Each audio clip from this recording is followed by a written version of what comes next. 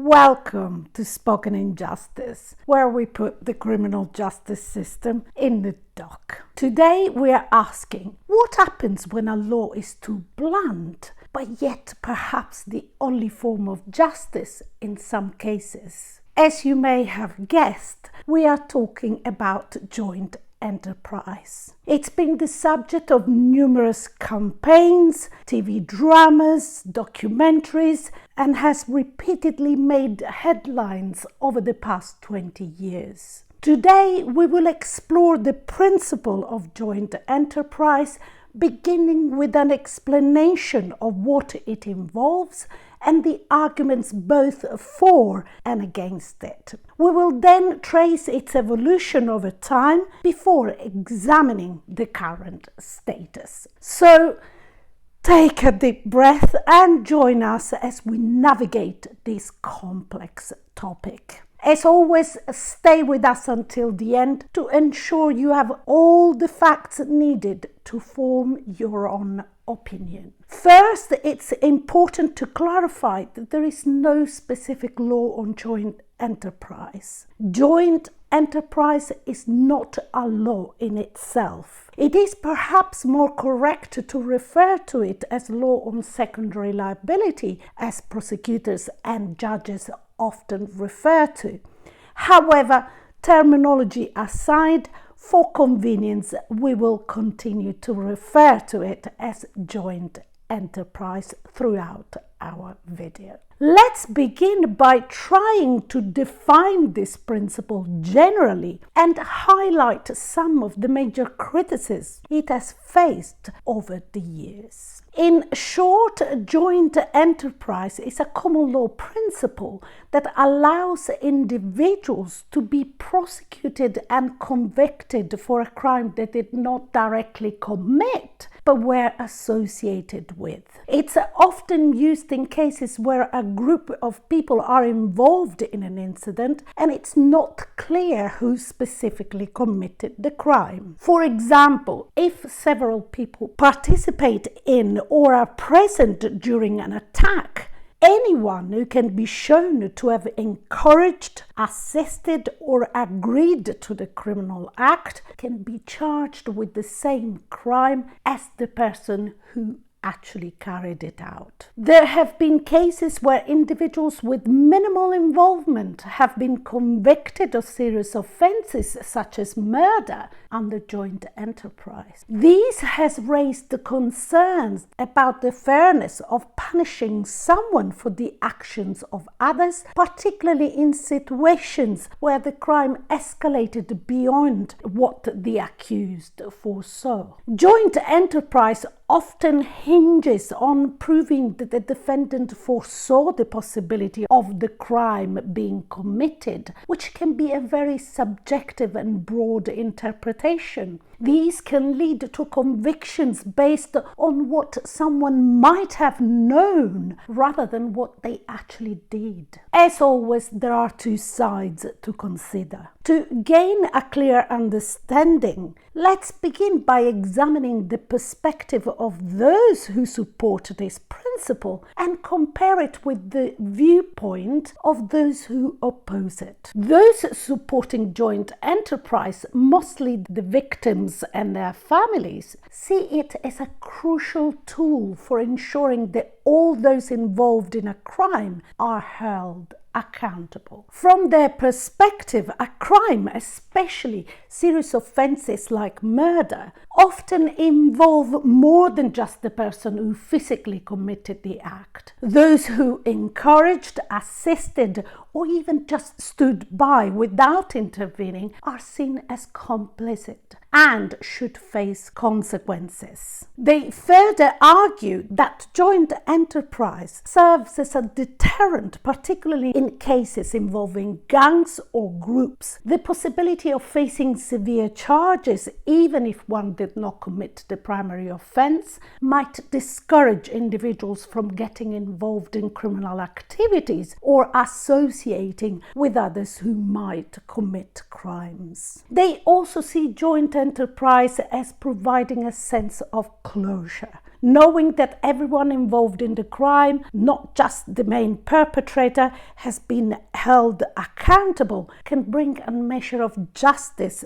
and peace of mind. In some cases, joint enterprise may be the only way for them to get justice. If 2 or more people participate in a crime like murder and it's impossible to determine who caused the death, joint enterprise can lead to all involved being convicted based on their shared intent and participation. On the other hand, those charged with joint enterprise and their families often argue that the law is too broad and can unjustly punish people who had minimal or no real involvement in the crime. They feel that they are being held accountable for the actions of others based on mere association or presence at the crime scene without any real intent to participate in the crime. Critics and academics argue that joint enterprise does not adequately consider the varying degrees of involvement and intent among those charged. Someone who was unaware that a crime would escalate to violence might still face the same charges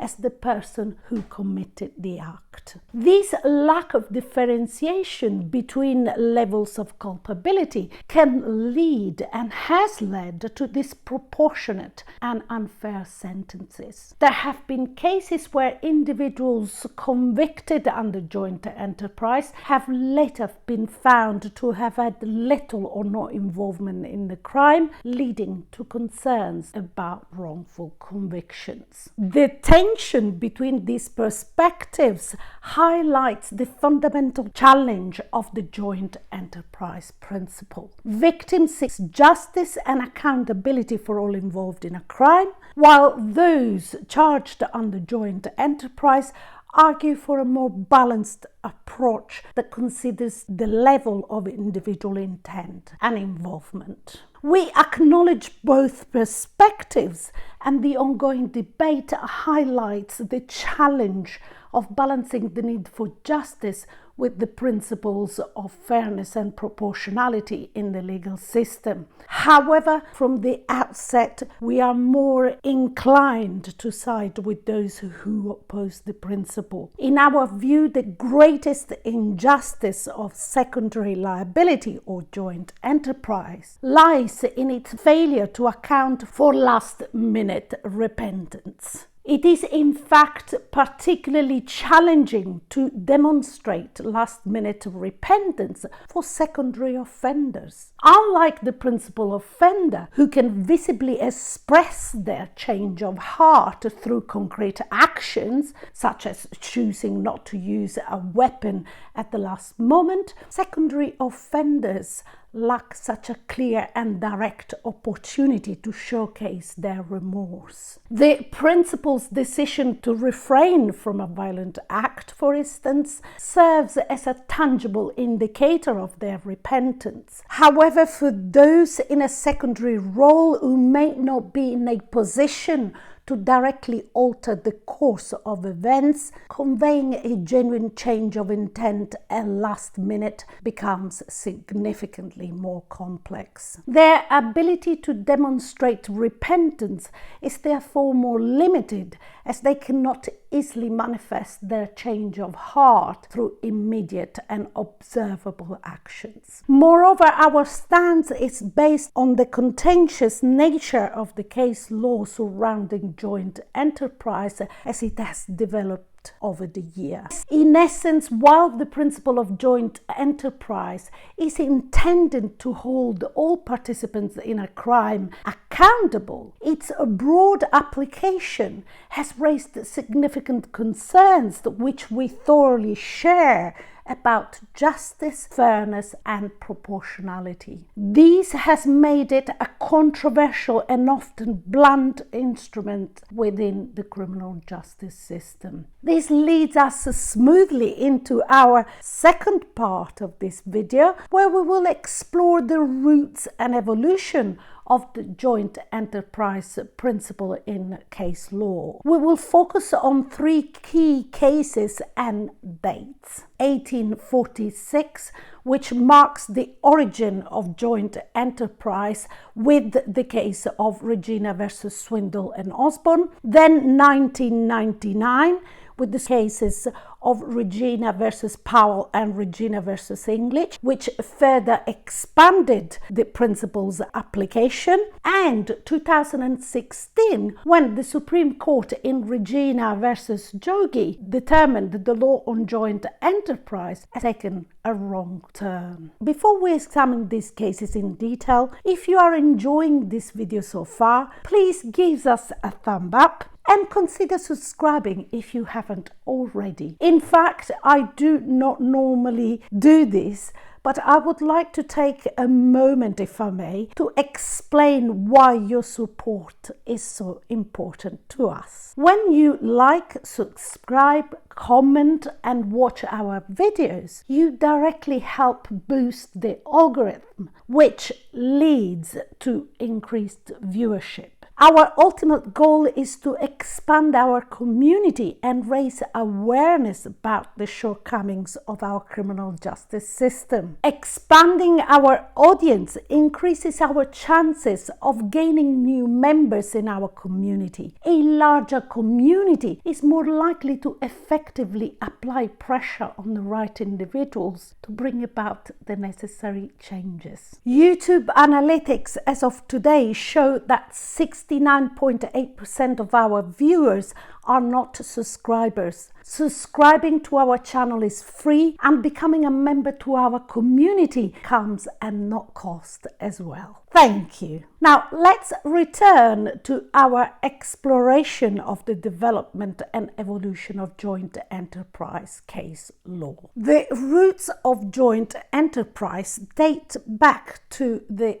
1846 case of Regina against Swindall and Osborne. Swindall and Osborne were charged with manslaughter after one of their carts, which they were driving together recklessly while urging each other on, ran over and killed a man. The judge instructed the jury that if 2 individuals are encouraging each other to commit an unlawful act, such as driving dangerously, and one of them causes a death, both are criminally liable, regardless of who directly caused the death, because their joint action contributed to it. The jury subsequently found both men guilty. This case set the stage for collective responsibility or joint enterprise, particularly in situations where multiple people are involved in a common criminal purpose.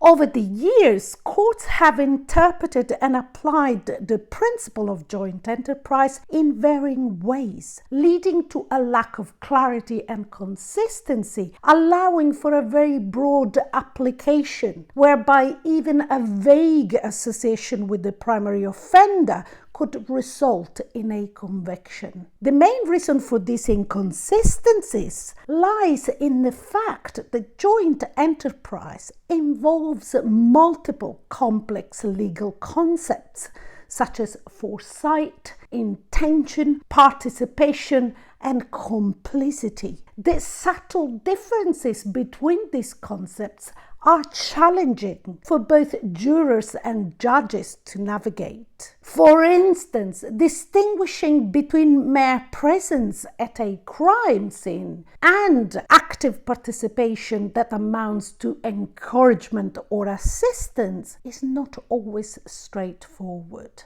Many controversial convictions under joint enterprise have led to appeals, some of which have been successful in overturning convictions. However, others have not, creating a patchwork of case law where similar cases might have different outcomes. This unpredictability in the outcomes of joint enterprise cases adds to the perception of the law being arbitrary or capricious. The complexity and lack of clear guidance have also made it difficult for juries to make informed decisions in joint enterprise cases. Juries might struggle with understanding the legal subtleties, leading to potential miscarriages of justice where individuals are convicted based on flawed interpretation of their intent or involvement. In the late 20th century, the doctrine expanded significantly following the 1999 decision in the case of Regina against Powell. In the case of Powell, the purpose of the joint enterprise was to purchase drugs from a drug dealer. 3 men, including Powell, went to purchase drugs from a drug dealer, but having gone to his house for that purpose, the drug dealer was shot dead when he came to the door. The prosecution was unable to prove which of the 3 men fired the gun which killed the drug dealer. But it was the prosecution case that if one of the men fired the gun, they all were guilty of murder because they knew that the man was armed with a gun and realized that he might use it to kill or cause really serious injuries to the drug dealer. Powell and his 2 co-defendants were convicted of murder and their appeals were rejected by the Court of Appeal. The Court of Appeal held that the secondary party would be guilty of unlawful killing committed by the primary party with a weapon if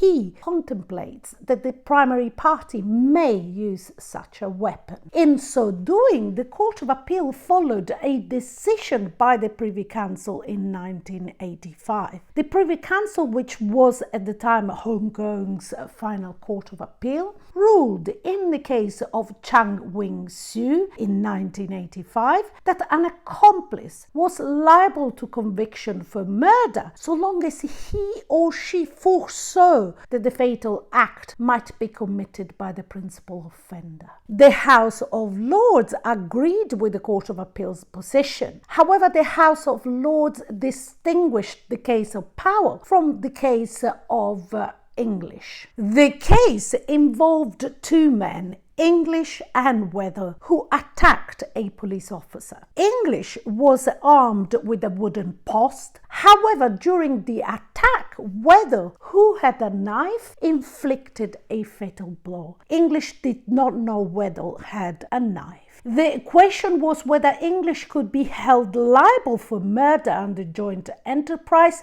given that he did not know about the knife and did not foresee the use of such a lethal weapon. The House of Lords held that English could not be convicted of murder under joint enterprise because he did not foresee the use of the knife or the possibility of a lethal weapon being used in the attack. However, the fact that the House of Lords upheld the Court of Appeal's decision in Powell that the secondary party will be guilty of unlawful killing committed by the primary party with a weapon if he contemplates that the primary party may use such a weapon, effectively introduced a new concept later coined by Professor Sir John Smith as parasitic accessorial liability. Parasitic accessorial liability, or PAL for short, refers to a legal doctrine whereby a person, the accessory, could be held liable for a secondary crime that arises during the commission of a primary crime, even if they did not directly commit the secondary crime, but were involved in the primary one. How did the principle work? The accessory is involved in a primary crime, such as, for example, robbery or assault, with another person who is the principal. The accessory could be held liable for a secondary crime, such as murder, committed by the principal during the commission of the primary crime, if it was foreseeable that the secondary crime could occur. For example, if 2 people set out to commit a robbery and one of them ends up killing someone, the other could be convicted of murder under parasitic accessorial liability, even if they did not intend or directly participate in the killing. The key aspect of parasitic accessorial liability was that the accessory's foresight of the potential for the secondary crime was sufficient to establish liability. This means that even if the accessory did not intend for the secondary crime to happen or did not know it would have happened, they could still be liable if it was deemed foreseeable. The doctrine of parasitic accessorial liability was heavily criticized for being overly broad and potentially unjust. Critics argued that it could result in individuals being convicted of very serious crimes like murder, even when their involvement was minimal or their intent was unclear. The doctrine of parasitic accessorial liability was largely discredited and reformed in 2016 following the Regina against Jogee ruling, in which the Supreme Court ruled that the law around joint enterprise had taken the wrong turn, i.e. it had been misinterpreted and misapplied in many cases. At paragraph 79, the Supreme Court judgment states, in plain terms, our analysis leads us to the conclusion that the introduction of the principle was based on an incomplete and in some respects erroneous reading of the previous case law, coupled with generalized and questionable policy arguments. The court emphasized that mere association with a criminal should not be enough for a conviction under joint enterprise. There must be clear evidence that the accused intentionally assisted or encouraged the crime. It ruled that foresight of a potential crime by an accessory was not enough to establish guilt for that crime. The court held that intent to assist or encourage the crime must be proven for liability to be established. The decision effectively overruled the concept of parasitic accessorial liability. Initially, the Jogee ruling was seen as a landmark ruling, which marked a pivotal moment in the history of joint enterprise law. It was seen as significantly narrowing the application of joint enterprise and aimed to address the injustices that had arisen from the broad interpretation. However, this was short-lived. It soon became apparent that the Jogee ruling did not completely address the joint enterprise problem, which still remains a topic of ongoing debate.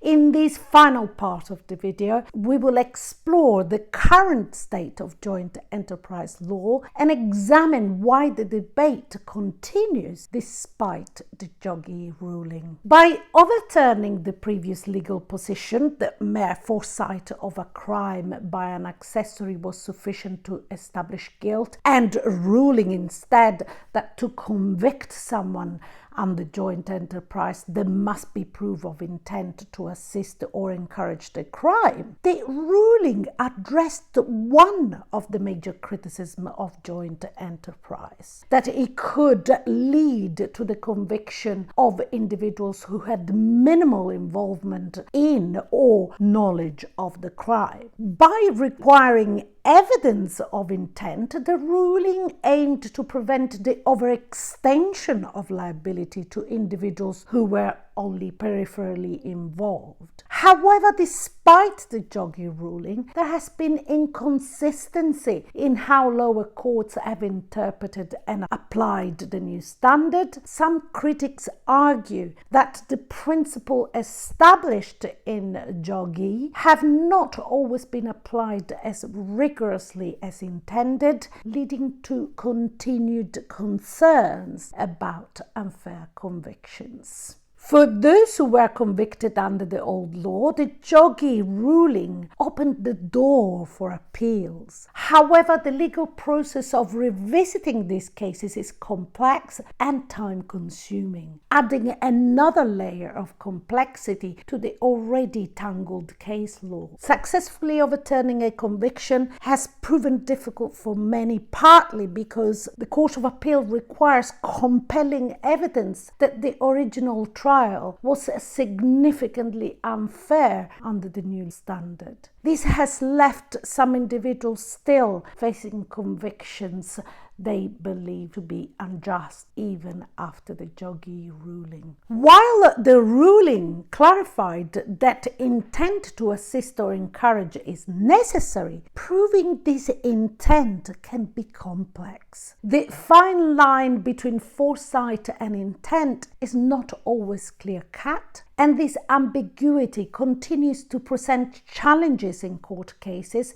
potentially leading to inconsistent verdicts. The ruling did not completely dispel public and legal concerns about the joint enterprise doctrine. It still therefore represents a blunt tool that can be unfairly applied, particularly in cases involving young people or those from marginalized communities. Critics and academics highlight that the principle has often been applied disproportionately, particularly against young people and minority groups, further complicating its legal landscape.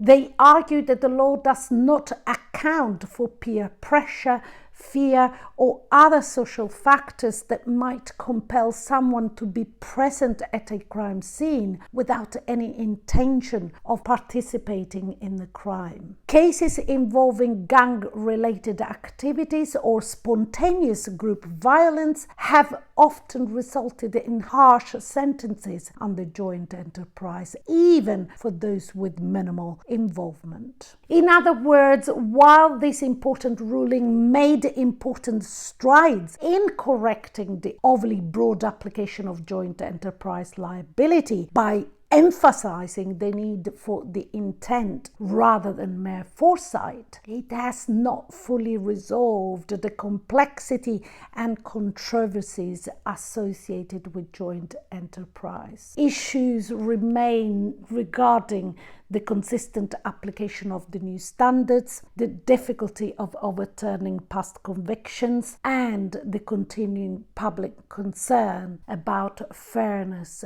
in joint enterprise cases. These controversies have led to a significant amount of public and legal scrutiny. One of the most vocal advocates for reforming joint enterprise has been JENGBA, Joint Enterprise Not Guilty by Association, a grassroots campaign set up in 2010. JENGBA launched a legal action against the Crown Prosecution Service over its refusal to collect data on the use of joint enterprise. On the 17th of February 2023, the Centre for Crime and Justice Studies released the news that the CPS agreed to a pilot study of 6 months of data collection. The CPS released the results of the pilot study on the 29th of September 2023. The overall sample consists of 190 cases involving 680 defendants.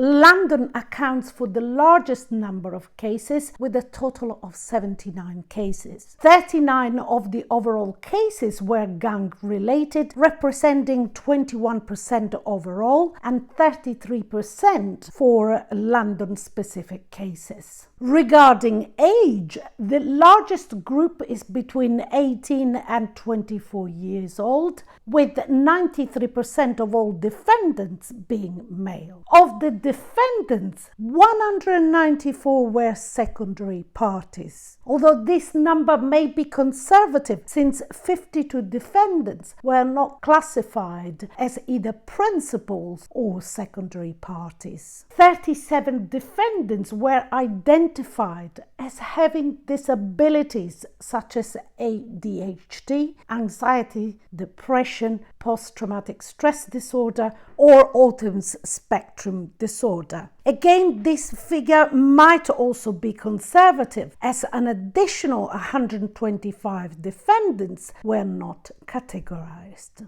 In terms of race, while the largest category overall was white at 39%, in the London area alone, 54% of the defendants were black and 19% white. Comparing age and ethnicity, two particularly large groups emerge. Black defendants aged 18 to 24 and white defendants aged 30 to 59.